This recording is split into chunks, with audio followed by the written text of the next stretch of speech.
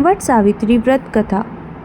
एक बार देवी पार्वती ने भगवान शिव से पूछा, हे प्रभु, आप सर्वज्ञ, आप मुझे वह पुण्यकारी कथा सुनाइए जो महिलाओं के लिए अत्यंत शुभ फलदायक हो, पतिव्रता धर्म को दृढ़ करने वाली हो और सौभाग्य प्रदान करने वाली हो। प्रभास क्षेत्र में स्थित सावित्री देवी की कथा मुझे सुनाइए, जिसकी महिमा आज भी वट सावित्री व्रत के रूप में पूजी जाती है।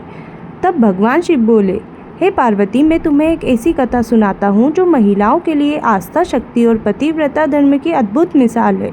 यह कथा प्रभास क्षेत्र की है, जहाँ सावित्री स्थल नामक स्थान पर वट सावित्री व्रत की महान परंपरा का आरंभ हुआ। बहुत समय पहले मद्र देश के अश्वपति नामक एक प्रतापी और धर्मनिष्ठ राजा राज्य करता था।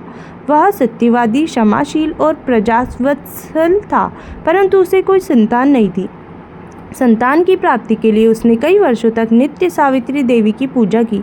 अंततः उनकी तपस्या और भक्ति से प्रसन्न होकर स्वयं सावित्री देवी प्रकट हुई और उन्होंने पुत्री प्राप्ति का वरदान दिया।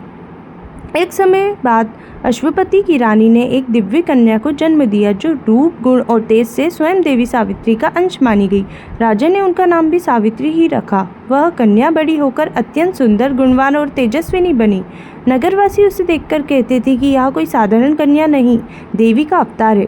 जब सावित्री यौवनावस्था में पहुंची तो राजा अश्वपति ने विवाह की चिंता की। उन्होंने अपनी पुत्री से कहा, पुत्री, तुम्हारा विवाह योग्य समय आ गया है, परंतु मैं तुम्हारे लिए कोई उपयुक्त वर नहीं ढूंढ पा रहा हूँ।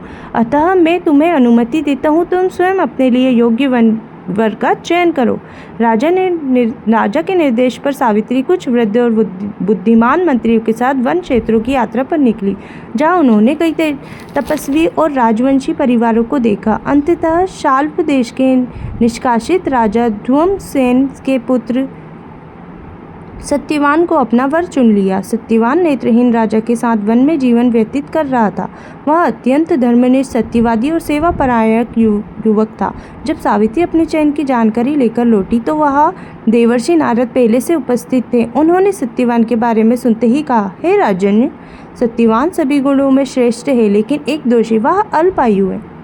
ठीक 1 वर्ष बाद उनकी मृत्यु निश्चित है। यह सुनकर भी सावित्री ने दृढ़तापूर्वक उत्तर दिया,